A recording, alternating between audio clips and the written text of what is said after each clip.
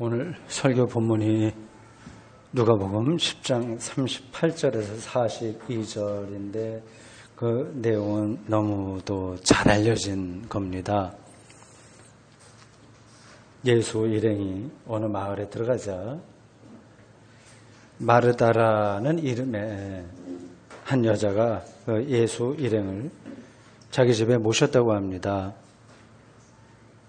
이 마르다가 진즉에 예수를 알고 있었는지 이렇게 이런저런 연유로 아니면 그 마을의 회당에서 예수가 말씀을 전하자 그걸 은혜를 받은 건지 감동받은 건지 그 자세한 내용은 잘 모르겠습니다. 마르다의 가족관계도 정확하지 않습니다. 이 본문에는 여동생이 하나 나와요. 마리아라고 두 자매만 있는 것으로 나옵니다. 부모가 있는지 없는지도 모릅니다. 요한복음에는 나사로라는 이름의 오빠가 같이 해서 3남매 이렇게 나옵니다. 예수 일행이 마르다의 집에 들어왔으니까 일단 손님 대접을 해야죠.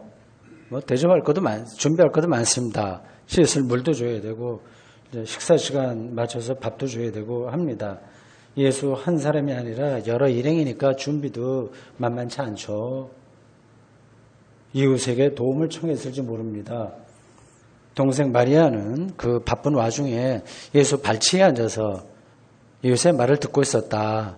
그렇게 성경이 이야기합니다. 그 상황이 우리에게 그려져요. 그림처럼 그려집니다. 마르다는 동생 마리아의 태도가 못마땅했는지 예수에게 이렇게 부탁합니다. 주여, 내 동생이 나 혼자 이렇게 두는 것을 생각지 아니하십니까? 상황이 이런데 내 동생 좀 타일러서 나를 도와주라고 해주십시오. 대충 그렇게 얘기한 것 같습니다. 이 마르다의 요구는 합리적입니다. 누가 보더라도 그렇습니다. 아무도 이 상황에서는 마르다가 아니라 마리아가 좀 이상하게 보이는 거예요. 이런 비슷한 상황이 누가복음 15장 11절 이하에 나옵니다. 이 이야기는 지난주에 설교에도 제가 잠깐 언급했습니다. 요즘 그 예수님의 비유가 계속 저에게 생각이 납니다. 둘째 아들이 자기에게 올 유산을 미리 받아서 멀리 타국에 나가 그걸 다 이제 써버리고 돼지 농장에 가서 돼지 먹이로 연명하던 중에 생각을 바꿔서 자기 아버지 집에 돌아왔다고 합니다. 이제는 아들이 아니라 종으로 살겠다. 그런 마음 다짐이었습니다. 아버지는 그를 위해서 잔치를 배설했습니다. 밭에서 일을 하다가 돌아온 큰아들은 이게 기분 나쁜 거였습니다. 아버지에게 불평을 털어놓습니다. 자신은 평생 제 동생처럼 저렇게 이상하게 굴지 않고 아버지를 위해서 열심히 일을 했는데 나를 위해서는 뭐라고 표현합니까? 그 표현을 보면 염소 새끼 한 마리 잡아준 적이 없는데 저 유산을 다 창녀들에게 쏟아 붓고 돌아온 저 둘째 저 녀석을 위해서는 그 염소 한 마리가 아니라 살찐 송아지를 잡았다는 사실은 못마땅하는 겁니다. 형의 주장도 합리적입니다. 맞는 이야기예요. 동생이 마음을 돌려서 집에 돌아왔을 때 괘씸하게 생각해서 내 쪽보나 아니면 내 받아들인다고 하더라도 일단 너 잘못한 거 있지? 그 이실 짓고 해. 네가 잘못한 거 인정해. 그럼 받아줘. 이렇게 해야 마땅한 거 아니겠습니까? 근데 그냥 받아주고 더 나아가서 잔치까지 베풀면 교육적으로도 옳지 못한 겁니다. 형의 말이 옳은 겁니다. 한창 바쁜 시간에 언니를 돕지 않는 마리아를 향한 마르다의 문제제기는 정당한 거죠. 이럴 때는 당연히 제가 예수의 입장이라고 한다면 그 마리아를 설득할 겁니다. 마리아야, 지금 내 말을 듣는 거 그래 나중에도 들을 수 있으니까 지금 바쁘지 않니? 언니 도와라 했을 겁니다. 한쪽에서는 정신없이 일하고 다른 한쪽에서는 놀고 먹는 세상은 정의롭지 못한 세상입니다. 그렇게 생각하잖아요. 그래서 노동의 균형을 이루어야 정의로운 세상입니다. 그게 정의로운 세상으로 우리가 알고 있는 겁니다. 오늘 우리도 일할 때 함께 일하고 또 일하는 것 정당한 대가를 받고 그리고 함께 쉬는 정의로운 세상을 위해서 노력하고 있습니다.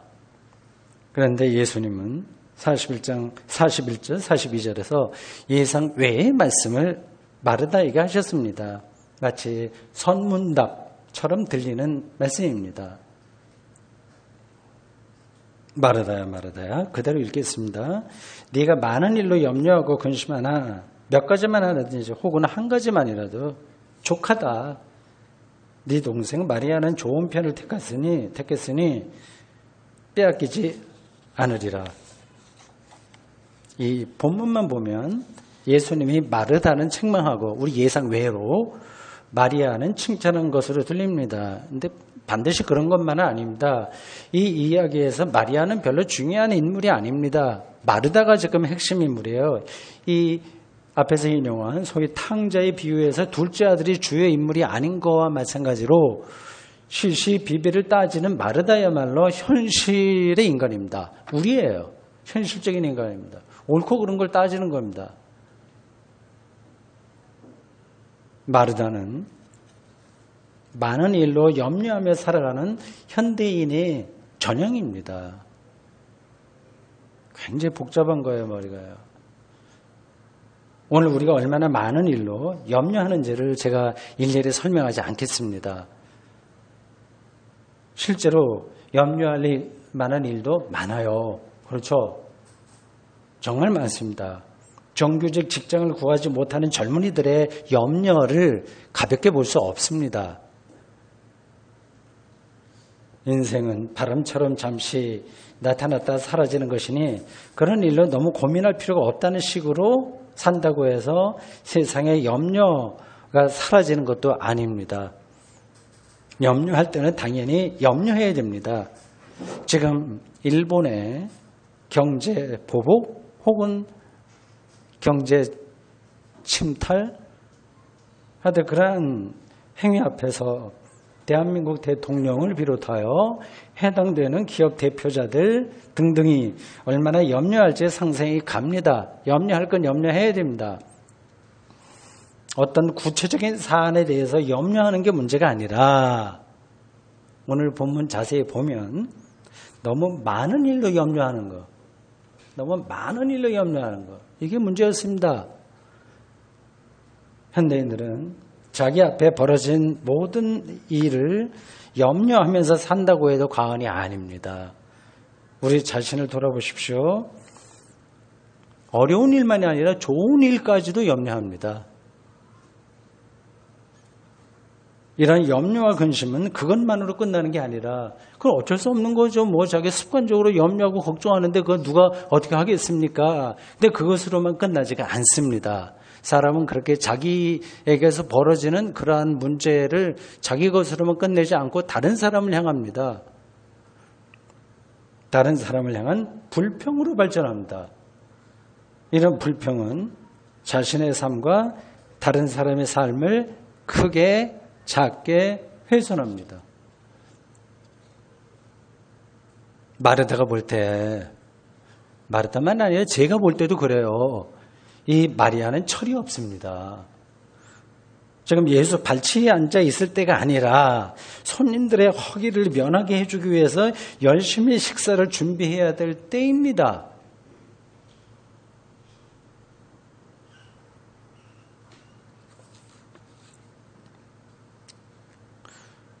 나는 일하는데 쟤는 왜 일하지 않지? 하는 마르다는 실제로 바빴어요.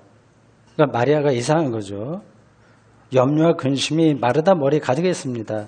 그런 마음으로 보니까 다른 때는 귀여워 보이던 마리아가 좀 못마땅한 겁니다. 만약 그 자리에 마리아가 없었다면 마르다는 말없이 자기 일을 감당했을 겁니다. 늘 이렇게 옆에 관계 비교하면서 우리의 마음이 올라갔다 내려갔다 그렇게 사는 것 같습니다. 저를 포함해서 그렇습니다. 교회에서도 이런 비슷한 상황이 벌어집니다. 자신과 생각이 다르고 행동이 다른 교우들로 인해서 뭔가 불편한 마음이 들 수 있습니다. 아, 저 집사는 왜 저렇게 예배도 자주 빠지고 말이야. 교회 봉사도 안 하지? 하고 이상하게 생각합니다. 여기서 진도가 더 나가면 뭔가 내가 손해보는 거 아닌가? 이런 느낌도 들 수 있고, 그렇게 교회를 나무라라면 누가 봉사한다는 말이냐? 이렇게 불평할 수도 있고요. 실제로 비판할 수도 있습니다. 이런 불평과 비판이 선의라고 하는 건 분명합니다. 선의라고 해서 무조건 옳거나 교회에 덕스럽게 영향을 끼치는 것이 아닙니다. 저는 여러분들이 우리 교회 발전과 부흥을 위해서 신앙생활을 한다고 생각하지 않기를 바랍니다. 교회 문제에 관해서 방관하지는 말아야 되겠으나, 자기의 몫을 감당해야 되긴 하겠으나, 그렇다고 해서 너무 많이 염려하고 교회 일 몽땅 다 자기가 염려하고 짐을 진 것처럼 너무 많이 근심하지 않기를 바랍니다. 교회보다는 사실은 여러분 자신의 영혼 구원을 위해서 신앙생활하는 겁니다. 저 목사도 그렇습니다. 여러분보다도 나 자신의 구원을 위해서 목사로 사는 겁니다. 자기 구원 문제를 해결하는 것으로도 우리의 인생은 너무 짧습니다. 안 그런가요? 그 사실을 마르다가 충분히 알고 있었다면 동생 마리아를 불편하게 여기지 않았을 겁니다. 오히려 기특하게 생각했을 겁니다. 제가 이렇게 매주일마다 설교는 그럴듯하게 하지만 주변 사람과의 관계에서 벌어지는 문제로 인한 그 마음의 불편한 거, 얘가 극복하기 쉽지 않다는 거 제가 압니다. 저도 그게 잘 안 됩니다. 뭐 어떤 데서 잘 안 되냐, 두 가지만 구체적으로 말씀드리겠습니다. 저의 이야기예요. 하나는 집안일입니다. 집사람과 둘만 사는데도 집안일이 적지가 않습니다. 왜 이렇게 일이 많은지 모르겠어요. 거의 40년 가까이 됩니다. 부부로 살았지만 집안일을 처리하는 방식이 달라요. 마음에 안 들어요. 서로 그래요. 그렇게 생각합니다. 아예 제가 혼자 산다면 귀찮은 일을 해도 마음은 불편하지 않을 겁니다. 그런 일이 구체적으로 무엇인지는 지금 여기서 공개적으로 말씀드리기는 곤란합니다. 나중에 개인적으로 물어보시면 알려드리겠습니다. 다른 하나는 자동차 운전입니다. 저는 기껏해야 교회로 오갈 때, 그리고 영천에 테니스 치러 갈 때 승합차를 운전하고 그런 정도로 하기 때문에 운전에서 받는 스트레스가 많지는 않긴 하지만 그래도 불편한 마음이 듭니다. 깜빡이 신호를 켜지 않고 차선을 바꾸는 그 운전자를 보면 참 매너 없군, 속으로 생각합니다. 겉으로는 표시 안 내요. 그래서 제 차를 보신 분들은 야 정말 베스트 드라이버다. 불평도 안 하고 정말 왜 저렇게 잘하냐고 얘기하지만 속으로는 좀 불평합니다. 신호가 붉은색에서 푸른색으로 바뀌는데도 앞에서 꾸물거리는 그런 운전자를 보면 속으로 참 딱하다, 그런 생각이 듭니다. 심지어 시간이 촉박할 때는 신호등마저 저를 도와주지 않는구나, 그런 생각이 들 때가 있습니다. 별것 아니라면 아니라고 할 수 있는 이런 일상에서도 사실은 동생을 나무라는 마르다의 모습을 볼 수 있습니다. 이런 삶의 태도에서 완전히 길들여버리면 천국에 가서 배식하는 천사에게 내 반찬이 왜 저 앞사람보다 이렇게 적어? 뭐 그런 따질지도 모르겠습니다. 너무 많은 염려와 근심이 쌓임으로써 다른 사람과의 관계가 불편해지는 것, 그리고 못마땅하게 하는 생각이 우리의 한평생을 지배한다고 하더라도 과언이 아닙니다. 크고 작게 그래요. 나는 이렇게 사는 게 힘든데 저 사람은 왜 저렇게 편하지? 이게 불만인 거예요. 나는 몸이 이렇게 아픈데 왜 저 사람들은 저렇게 건강하지? 그것도 좀 불편합니다. 나는 가난한데 저 사람은 왜 부자로 살지? 거꾸로 다른 사람들은 고생하는 것에 비해서 나는 좀 편하고 즐겁게 산다는 사실에 자부심을 느낍니다. 돈도 있을 만큼 있고 자식 농사도 잘 지었다는 사실을 하나님께 감사하고 뿌듯하게 생각합니다. 다 좋은 일들입니다. 인생이 잘 풀리거나 잘 안 풀리거나 똑같이 우리들은 다른 사람과 비교하면서 마르다가 마리아를 보듯이 염려하거나 만족해합니다. 아, 그게 뭐 그런 게 인생인데 뭐 어떻게 하란 말이냐. 우리가 출가 수도승도 아니고 살벌한 생존 경쟁 속에서 사는데 어쩔 수 없다. 세속인이니까 어쩔 수 없다 생각할 수 있습니다. 또는 당신이 그 설교하고 있는 그런 정도 수준은 이미 우리가 벗어났어.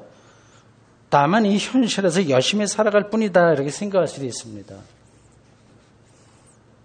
그 문제는 제가 더 이상 말씀드리지 않을 테니 여러분 각자가 알아서 판단하십시오.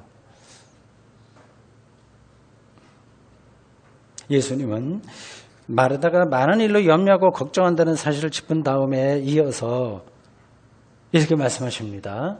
몇 가지만 하든지 혹은 한 가지만이라도 충분하다. 염려로서는 그거 충분하다.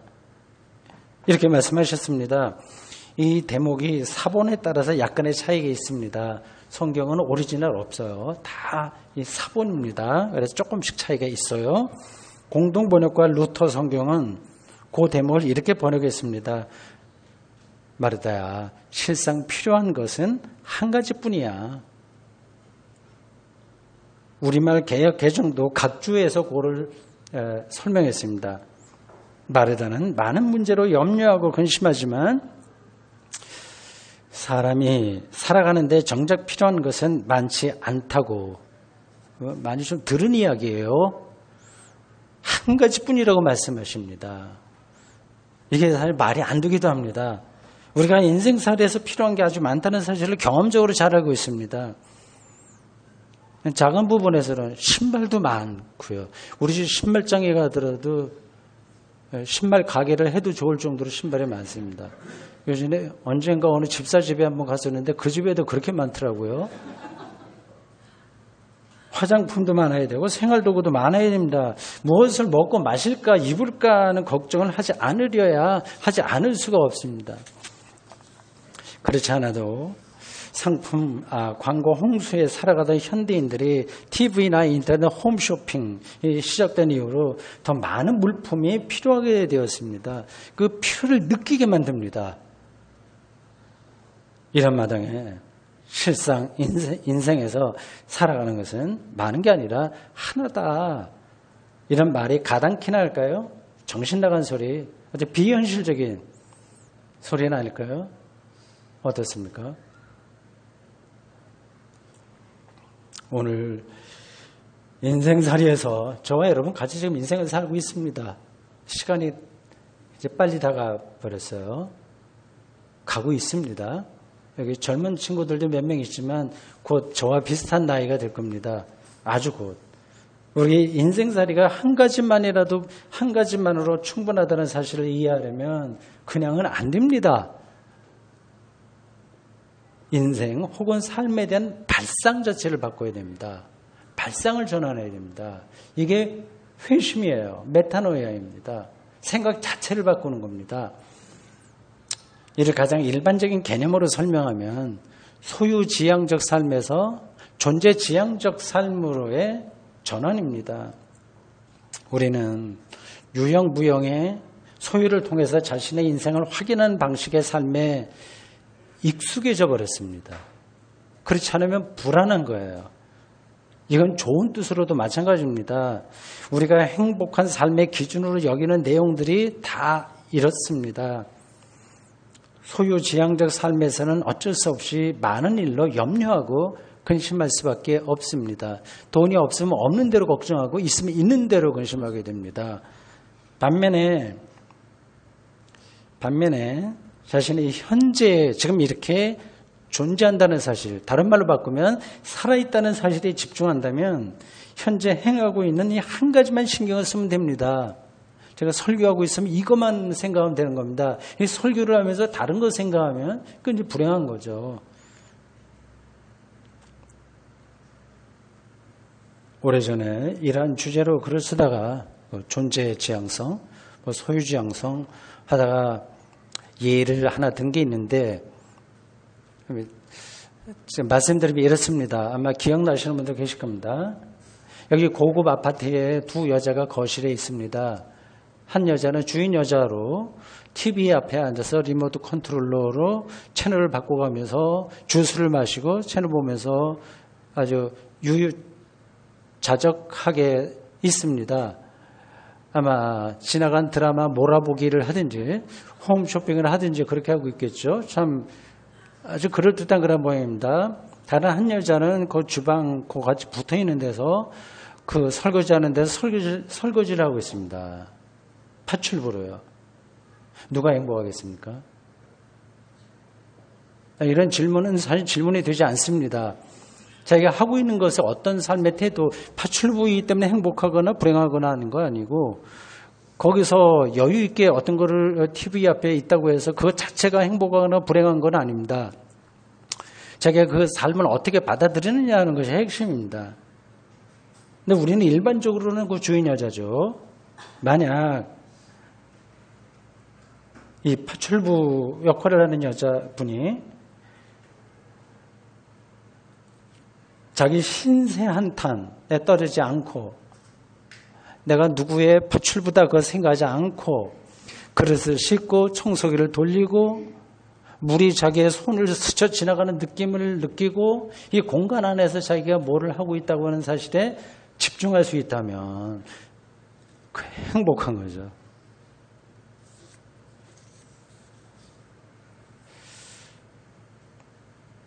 파출부는 자신이 지금 세상에 살아있다는, 즉 존재한다는 사실을 민감하게 받아들이고 있기 때문입니다. 여러분에게 선택의 기회가 있다면 어느 쪽을 선택하시겠습니까? 어느 정도 인생을 생각하는 사람들은 하나님 앞에서 존재지향적 삶이 바른 선택이라는 사실을 다 압니다. 제가 설교할 필요도 없습니다. 여기에 좀 차이가 있긴 있습니다. 이건 등반 능력과 비슷합니다. 어떤 사람은 5,000m를 올라갈 수 있는 등반 내공이 있고 어떤 사람은 2,000m밖에 되지 못해요. 그래서 2,000m 올라간 사람은 아무리 노력해도 5,000m에서 느끼는 그 산행에서의 즐거움과 희열을 느끼지 못합니다.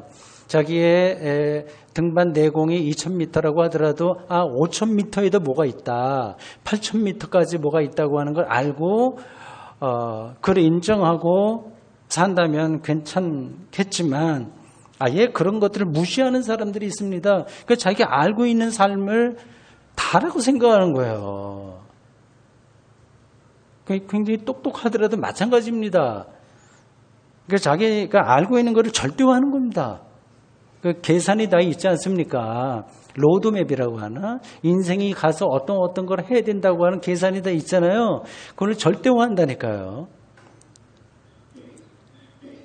삶을 정말 신비로운 건데 삶을 숫자로 계산할 수 있다고 여기는 겁니다.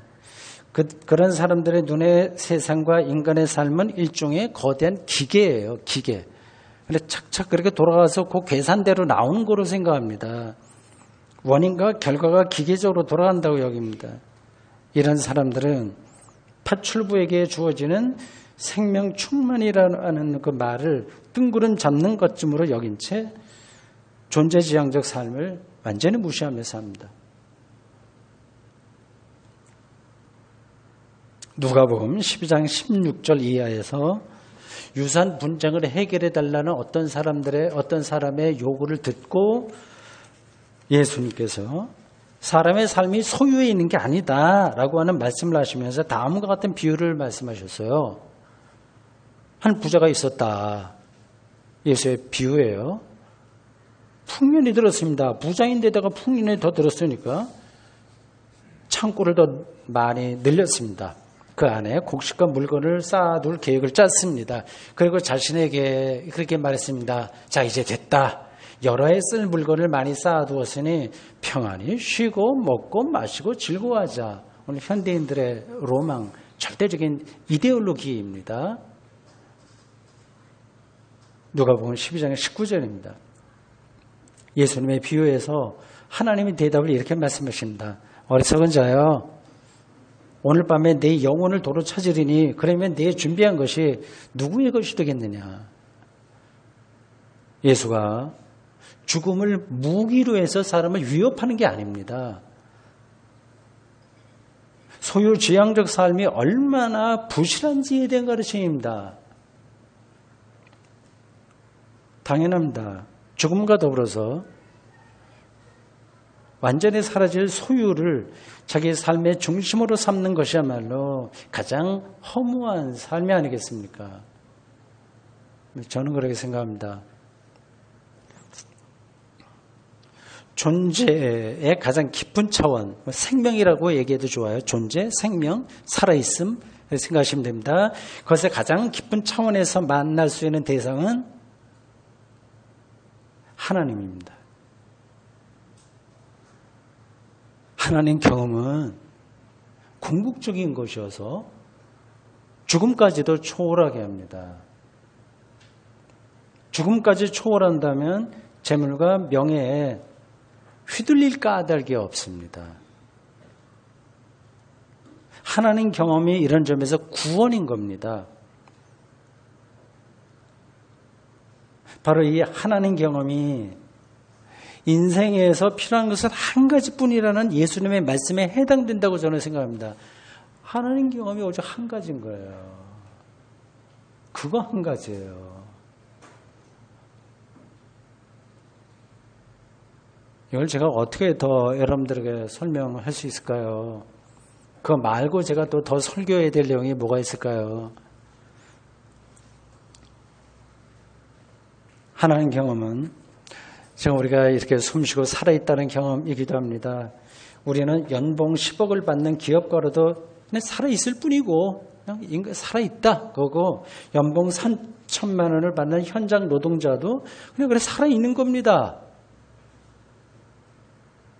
살아있는 사람은 정말 그 살아있다고 하는 것을 지금 여기 순간에 느끼고 있는 사람들은 자기 앞에 나타나 있는 지금 이 한 가지 사실, 이 세계를 기쁨 충만하게 받아들입니다. 그러니까 염려하거나 근심하지 당연히 않습니다. C.S. 루이스는 이렇게 말한 적이 있습니다. 자신의 뒷뜰에서 낯선 기분을 느낄 수 없는 사람은 달에 가서도 그런 기분을 절대 느낄 수 없다. 이를 바꿔서 말하면 자신의 뒷뜰에서도 달이나 금성 혹은 저 멀리 우주 어떤 행성에서 맛볼 수 있는 신비로움을 느낄 수 있다는 뜻입니다. 그걸 놓친다면 우리는 그 어디에서도 하나님을 경험할 수 없으며 겉으로 살아있다 하나 실제로는 살아있는 게 아닙니다.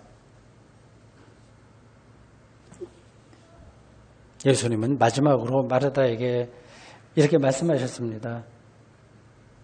네 동생 마리아는 좋은 편을 택했으니 빼앗기지 아니하리라. 빼앗기지 않는다. 빼앗길 수도 없어요. 이건 하나님 경험이기 때문에 돈을 주고 살 수 있는 게 아니라서 빼앗기지 않는 겁니다. 보물인 거죠. 마리아의 선택은 예수 발치에서 오늘 본문에 따르면 말씀을 드리는 거였습니다. 예수님과 영적으로 친밀해지는 사건입니다. 물론 24시간 아무 일도 하지 않고 예수 발치에만 앉아 있을 수는 없습니다. 돈벌이도 해야 되고 밥도 먹어야 되고 반찬 만들고 청소하고 친구도 만나야 됩니다. 마리아도 그런 일을 평소에는 했을 겁니다. 그러나 지금은 예수가 자기 집에 들어온 순간입니다. 이 순간은 다른 일을 제쳐놓아야만 했습니다. 일상을 단절해야 되는 순간이었습니다. 이 선택이 현명한 것이었습니다. 기독교인들은 일주일에 한 번 최소한 예배하려고 교회에 나옵니다. 조금 더 열정이 있거나 여건이 주어지는 신자들은 수요 공부에도 참여합니다. 그리고 개인적으로 성경을 읽거나 좋은 신앙서적 등을 읽습니다. 어떤 이들은 이러한 기독교인들의 행태를 부질없다 이렇게 생각합니다. 그래 생각하라고 둬두십시오. 그걸 어떻게 하겠습니까? 그 시간에 TV 드라마를 보거나 텃밭을 가꾸거나 다른 취미 활동을 할 수도 있습니다. 각자의 선택입니다. 저는 오늘 우리의 선택이 마리아의 선택처럼 우리 인생 전체를 놓고 볼 때 탁월한 선택이라고 생각합니다. 존재, 생명의 가장 깊은 차원에 이루고자 하는 인간의 가장 절실하고 가장 거룩한 태도이기 때문입니다. 아멘. 여러분 주보를 보십시오.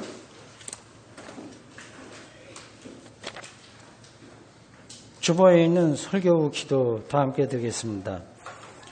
우리와 늘 함께 하신 하나님, 우리는 이 땅에서 마르다처럼 성실하면서도 온갖 것을 염려하고 걱정하면서 살아갈 수밖에 없습니다.